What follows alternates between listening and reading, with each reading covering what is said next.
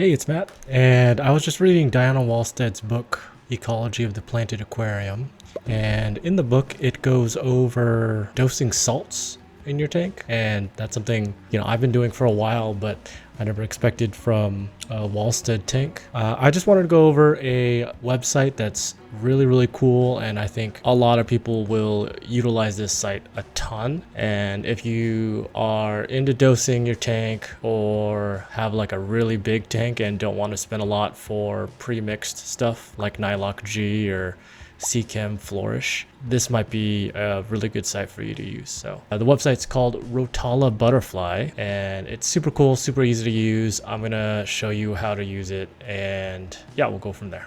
So we'll start out just by going to Google and typing in Rotala Butterfly, and it'll be the first thing that pops up. You can also just go to rotalabutterfly.com. Either one works. And then it'll tell you just kind of the basic overview of what it is. So this website I think is really good for using the estimative index. If you don't know what that is, that's one of the standard dosing methods in aquascaping nowadays. But it lets you break that down really well. And I'll just show you which one I use. But if you want to dive into the types of dosing and all that stuff, you can. But for today, I'm just going to show you how to use the tool, and then you can decide on your own which type of dosing you want to go with. For today, I'll be going over potassium chloride, which is really just the only thing I dose in the large 40-gallon tank you can see over there. Actually, potassium chloride is mentioned in the Wallstead book, and potassium is primarily taken up by the plants in the water column instead of the substrate. So that's actually really interesting, and that's why dosing potassium chloride in your water is better than just trying to keep pumping potassium into root tabs and stuff like that. We're going to use English. Aquarium mine is 40 gallons, so you just put in however much you want. If you're anywhere other than the US, you'd use liters, obviously. And here you can see my fertilizers, DIY or premixed. Any of the premixed is like Nylock G and stuff like that. We're going to go with DIY, which is any of the salts you'll be mixing. Then you're going to say what you're using. So you can see there's tons and tons of stuff here.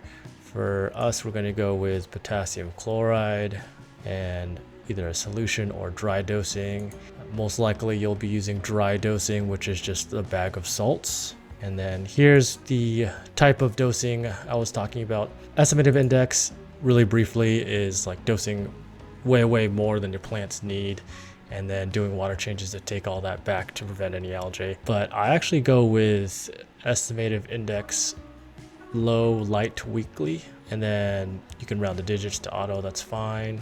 And then it'll give you everything you need. The reason why I use low, light, weekly is I always like to err on the side of less and then slowly creep up to where I think it's good. So starting out, I start out with like a really low value and then see if I have any problems.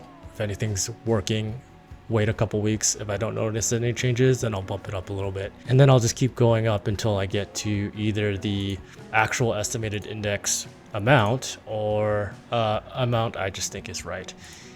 And then you can also do EI daily, but for this one we're going to go EI low, light, weekly, and the most important part will be right here, this section here. So the target's going to be 10 ppm of potassium, and you're going to add 2.89 grams to yield whatever the right dose is for a 40-gallon.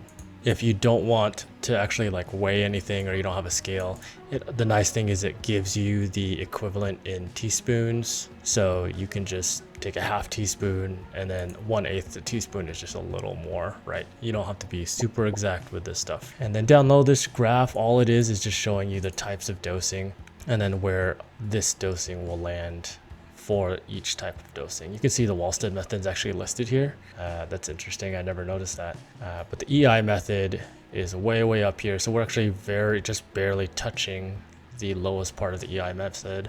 Let's do another example here. Oh, one thing I forgot to mention was this is estimative index low, light, weekly. So that means you're dosing once a week.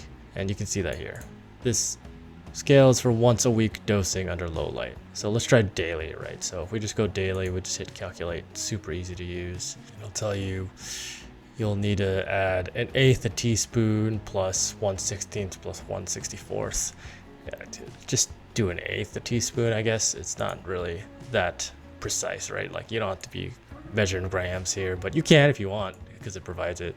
And this is dosing every single day, and then this is where we land compared to all the charts. So daily dosing, this is actually ends up being less, and it actually doesn't reach that amount, but that's remember you're dosing every day, so just keep an eye on that. One key thing to mention is that when you're dosing salts, you don't just want to pour the salt into the tank. You want to mix it in some solution before you dose it.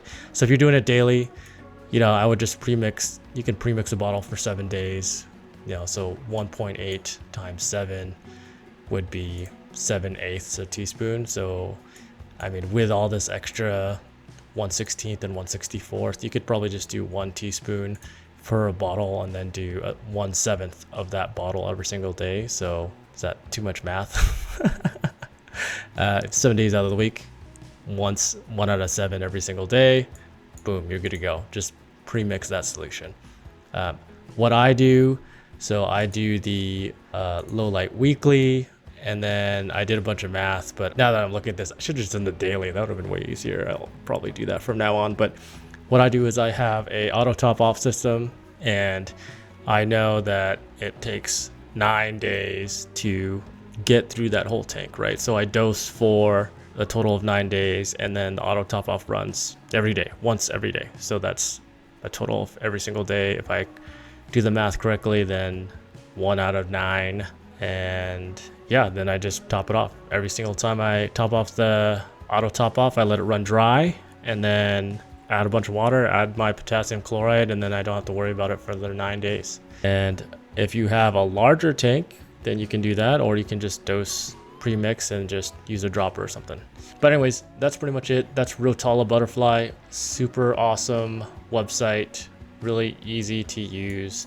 Amazing, right? I think a lot of people use it but never really talk about it, so that's why I wanted to make a video about it. If you want to deep dive more into this, you can. Just make sure you really know what you're dosing, really make sure and double check everything, and then once again, make sure you do everything incrementally. You know, start out small, work your way up.